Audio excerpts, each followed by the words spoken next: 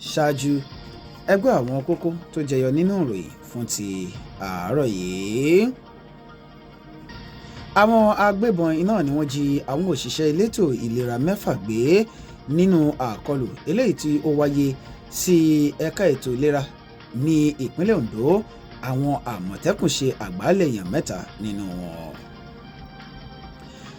Àwọn ikọ̀ ẹ̀ṣọ́ ológun orílẹ̀-èdè wa Nàìjíríà iná ni wọ́n ti gbẹ̀mí àwọn agbésùmọ̀mí 38 ní Borno eléyìí tí wọ́n sì ṣe àkọlù sí ikọ̀ ISWAP tí wọ́n fẹ́ ṣe àkọlù. Ààrẹ Bọ́lá Ahmed Tinubu iná ni ó ti sọ pé irọ́ ńlá gbà ní wípé ẹgbẹ́ òṣèlú APC iná ni ó ń fúngun láti sọ orílẹ̀-èdè wa Nàìjíríà di ẹlẹ́gbẹ́ òṣèlú kan. Láti ilẹ̀ òkèèrè, orílẹ̀-èdè Amẹ́ríkà láti ẹni tí ó jẹ́ igbákejì ààrẹ wọn ìyún JD Vance iná ni ó ti sọ pé Washington iná ni wọ́n ti ṣe bẹ́ẹ̀ tí wọ́n ti ṣe àṣeyege lórí àwọn àlàkalẹ̀ wọn lórí ogun eléyìí tó ń wáyé ní Iran.